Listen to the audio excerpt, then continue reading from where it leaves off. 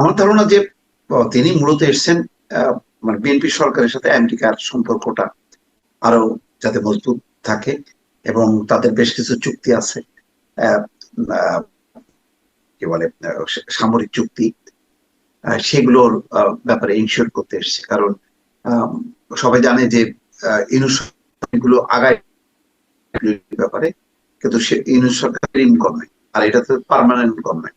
সুতরাং পার্মানেন্ট গভর্নমেন্টের সাথে একটা সম্পর্ক এস্টাবলিশ করা, এবং যেহেতু স্বার্থ আছে এই অঞ্চলে, যে বাংলাদেশকে যদি চীনের বাইরে রেখে তারা যদি সম্পর্কটা একটু আম, মজবুত করতে পারে, সেটা তারা তাদের জন্য লাভজনক। সেই ক্ষেত্রে হয়তো একটা যোগসূত্র থাকতে পারে। সব মিলায় এখনো পর্যন্ত তো সেই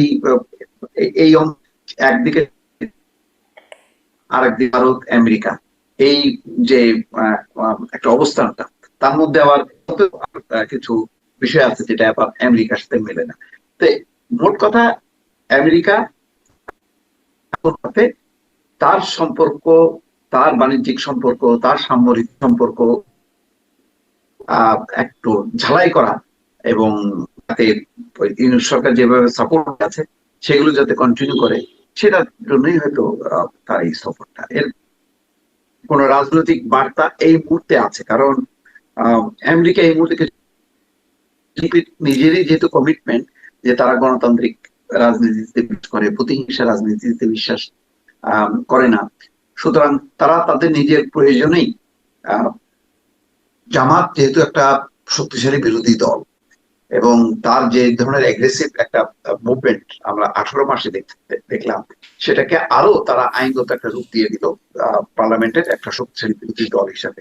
সুতরাং এখানে যদি আওয়ামী লীগের প্রত্যাবর্তন ঘটে, সেক্ষেত্রে পশ্চিমারা বাধা দেবে না, বরং ওয়েলকাম জানাবে। আন্তর্জাতিক সমর্থন এবং বিএনপির সেক্ষেত্রে আরো বাড়বে, ভারতেরও সাপোর্টটা থাকবে। সব মিলায় মানে আওয়ামী লীগ, এই জন্য আমি বলছিলাম যে খুব বেশি এটা সময়ও নেবে না। কারণ আওয়ামী লীগ ইন করলে এই মুহূর্তে জন্য বিএনপির তেমন ক্ষতিটা না, বরং বিএনপি অনেকগুলো প্রমাণ করতে পারবে যে সে সত্যি সত্যি উদার, সে গণতান্ত্রিক রাজনীতিতে বিশ্বাস করে।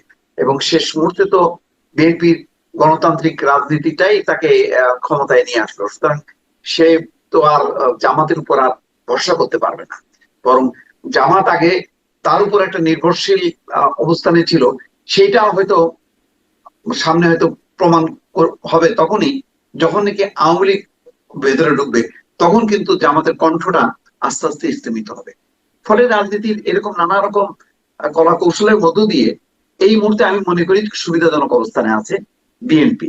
তবে যদি আওয়ামী লীগের বাংলাদেশের রাজনীতিতে অংশগ্রহণ অনিশ্চিত হয়ে যায়, তাহলে পশ্চিমাদের সাথে, ভারতের সাথে সম্পর্কটা আবার কিন্তু তারা চাপের মধ্যে পড়বে। আভ্যন্তরীণ ভাবেও জামাত কিন্তু বিএনপিকে ছাড়বে না।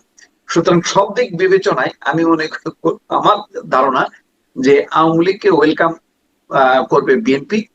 এটা হয়তো অনেক কৌশলের মধ্য দিয়ে, সরাসরি তার করবে না, হয়তো একটা আইনগত অবস্থার মধ্যে দিয়ে, হয়তো যেটা আলম ভাই বললেন যে নিষেধাজ্ঞাটা ইন্টারিম গভর্নমেন্ট দিয়েছিল, সেটা হয়তো তুলে নিতে পারে। তার মানে শুধু শুধু মানে রাজনৈতিক উদারতার জায়গায় না, বিএনপির নিজেরও স্বার্থ আছে।